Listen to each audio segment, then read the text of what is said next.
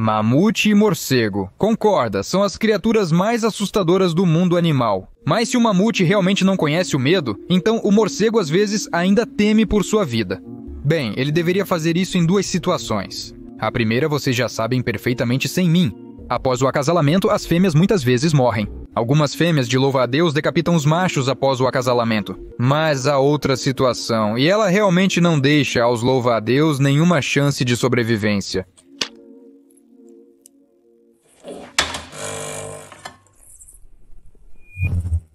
Preste atenção no que vai acontecer agora. Nas mãos deste homem está o mais comum dos louva-a-Deus. Eles colocam ele na água, embora os louva-a-Deus não gostem muito, e algo que lembra uma cena do filme Alien, a aparição do cabeludo, acontece. É apenas um animal invertebrado, mas é capaz de dominar completamente a mente do louva-a-Deus e preencher todo o seu corpo. De qualquer forma, antes que isso aconteça, o cabeludo passa por um caminho bastante complicado para chegar ao ponto final e realizar seu plano. Tudo começa com os ovos, depositados em um rio ou lago. Com o tempo, eles se desenvolvem em larvas, que são comidas por outros insetos aquáticos. Na verdade, eles pensam que estão comendo, mas as larvas do carrapato precisam se alimentar para entrar em um corpo estranho. Lá, ela se enterra na pele do hospedeiro, se enrola, se retrai e espera em uma casca dura. Normalmente, a espera não é longa, o inseto amadurece, desenvolve asas e sai da água. E a propósito, porque a larva tem grandes planos para o futuro. Ela precisa garantir que o inseto hospedeiro coma o cogumelo, e então a verdadeira vida do verme adulto começa. A vida do parasita é aterrorizante. Mas o principal objetivo de qualquer ser vivo é deixar uma descendência. Parasitas parasitam não porque são maus, é simplesmente a sua adaptação evolutiva. Então, para deixar uma descendência, o piolho precisa entrar na água. O piolho deve levar o parasita até a água, mas geralmente prefere ficar longe dela para não se tornar uma presa fácil para pássaros e peixes.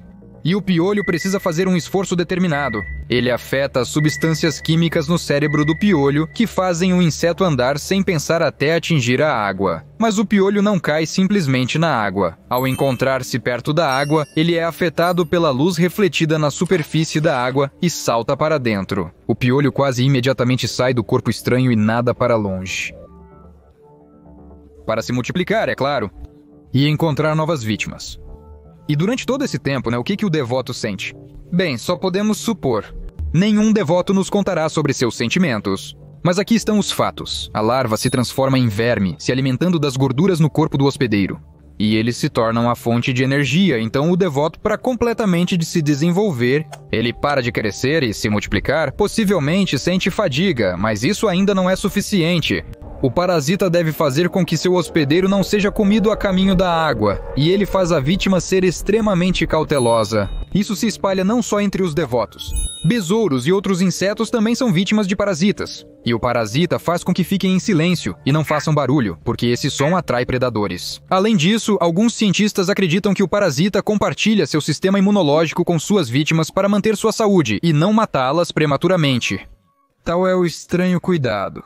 Apesar do parasita dentro do hospedeiro poder crescer até 60 centímetros, a vítima não aumenta de tamanho por causa disso. Mas isso não significa que os insetos infectados por parasitas pareçam o mesmo que todos os outros. Eu já disse que os parasitas se alimentam de gordura e atrapalham o crescimento de seus hospedeiros. De fato, até os adultos infectados, sejam besouros ou porcos-espinhos, parecem mais adolescentes.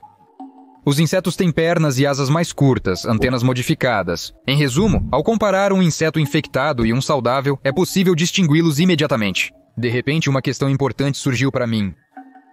E o que acontece depois? Os cabelos crescem realmente grandes e parece que nenhum ser vivo seria capaz de suportar tal vizinhança. Assim que o verme deixa o corpo do hospedeiro, ele deve morrer imediatamente. Eu e o Steve estávamos pensando quando começamos a fazer isso e o vídeo, mas então descobrimos que os fanáticos e os rebeldes são diabolicamente vivos. Sim, eles podem afundar ou serem levados pela corrente, provavelmente é o que vai acontecer. Mas o resto dos insetos consegue sobreviver ao aparecimento de pelos, às vezes até vários de uma vez. Os bichos pau infectados se normalizam e vivem uma vida comum.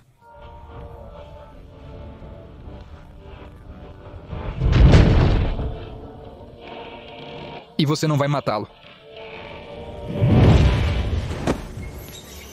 Se você refletir, a única forma dos insetos se livrarem dos parasitas é aguardar até que eles saiam sozinhos. A evolução não lhes deu nenhum plano de backup. Mas ele chegou ao molusco marinho Elysia marginal. Talvez este ser use o método mais estranho de se livrar de parasitas. Ele descarta o corpo. Eu estou falando sério, isso parece uma decapitação. Só resta a cabeça do molusco não afetada pelos parasitas. Em poucos dias, o corpo do molusco recomeça a crescer e, após 3 semanas, se regenera por completo, incluindo todos os órgãos vitais. O corpo totalmente novo sempre acaba sendo uma cópia exata do antigo infectado por parasitas, mas ainda assim permanece saudável. Mas como isso é possível? Quer dizer, para viver apenas com a cabeça, sem coração e outras partes necessárias? A separação da cabeça do corpo de Elysia marginata leva algumas horas, após as quais o molusco pode existir apenas na forma de uma cabeça. Ainda por algumas semanas. Isso é possível, em parte, pela rara habilidade dos moluscos de realizar fotossíntese. Isso é chamado de cleptoplastia. O animal retém os cloroplastos das algas em seu corpo e eles continuam a realizar fotossíntese por algum tempo, de forma inédita. Sim, eu também não acreditei de cara quando o Steve me contou. Mas se isso não te chocou o suficiente, aqui está outro fato que simplesmente explodiu minha mente. Um corpo sem cabeça também pode viver por alguns dias ou até meses. É verdade, o corpo não pode crescer uma nova cabeça, mas o coração continuará batendo. Imagine se as pessoas solucionassem problemas assim. Bati forte o dedão do pé na quina, vou cortar o pé, que cresça um novo que não doe. Isso é absurdo. Mas por outro lado, o que resta a fazer com os animais? Eles não podem simplesmente tomar remédio para eliminar os parasitas. Mesmo os mais avançados ainda não desenvolveram uma medicina tão eficaz. Ou ainda não tomamos conhecimento disso. No passado, cientistas acreditavam que animais migratórios, como renas, apenas fugiam de parasitas para regiões mais frias. Parece que, se você está sempre se movendo, ninguém pode te pegar. No entanto, um estudo de 2018 mostrou que animais migratórios têm ainda mais parasitas do que aqueles que permanecem em um lugar. Provavelmente, eles coletam diferentes tipos ao longo do caminho. Em geral, a opção de descartar um novo corpo não é tão ruim para a natureza selvagem. Porque, como você já entendeu, parasitas não são sempre seres que simplesmente se alimentam às custas de seus hospedeiros. Falando francamente, essa opção até parece a mais humana para mim, comparada com as criaturas que transformam seus hospedeiros em zumbis. Mas como eles conseguem fazer isso? Eles invadem o cérebro do animal e injetam várias substâncias nele. Agora você... Isso não é você, agora você é isso. Eu... Ha! Na verdade, para estudar como os parasitas subjugam a mente alheia, até criaram um campo separado, a neuroparasitologia. As interações parasita-hospedeiro, é claro, não surgiram ontem. A evolução levou milhões de anos para criar algo semelhante, mas, aparentemente, tudo se resume à complexa química do cérebro. Uma química cerebral muito complexa. Dependendo do resultado que o parasita quer alcançar, ele influencia os mecanismos neurais com algumas substâncias. Por exemplo, o fungo Cordyceps, com a ajuda de certas substâncias ainda desconhecidas, faz as formigas subirem o mais alto possível em qualquer planta e ficarem paralisadas lá, até que o fungo consuma completamente o inseto. O verme parasita com o nome complicado de Lancet fluke também afeta a navegação das formigas para que o inseto suba na grama e seja comido por alguma vaca. Os ácaros, já conhecidos por nós de forma similar, levam os besouros e outros insetos terrestres para a água. Outras substâncias químicas ativam a função do corpo do inseto. Em suma, cientistas afirmam que substâncias químicas no cérebro fazem as vespas parasitas se contorcerem, repelindo predadores. Isso ajuda a sobreviver apesar dos parasitas. E sabe de uma coisa? Os cientistas conseguiram identificar muitas espécies que praticam parasitismo semelhante. Uma nova disciplina científica foi estabelecida.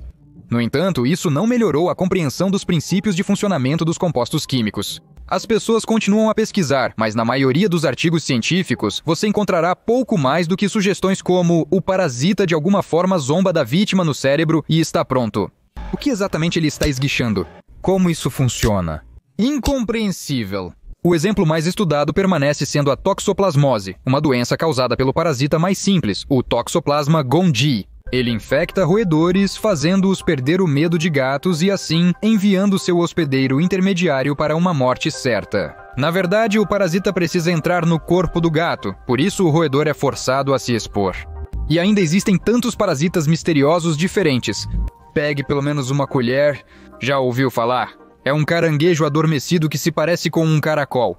Mas ao contrário da maioria dos caracóis, que simplesmente se apegam à rocha e filtram comida da água, a colher evoluiu para se tornar um parasita. A minúscula língua do caranguejo adormecido procura um nada suspeito caranguejo com órgãos sensoriais especializados. Em seguida, ela se prende à parte mais vulnerável da armadura e então, como um parasita de respeito, assume o controle do corpo e da mente do hospedeiro. Ela impede o caranguejo de se reproduzir e o transforma em uma babá dedicada. O caranguejo passa a tratar a prole do saculina como se fosse dele próprio. E não importa se a vítima do parasita acaba sendo um macho.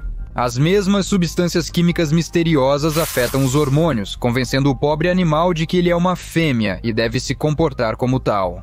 Sim, concordo, é realmente incrível. Talvez alguém entre nossos espectadores esteja tão interessado em neuroparasitologia que um dia decifre a composição de todas essas substâncias químicas que alteram a consciência dos animais. Quem sabe, até breve.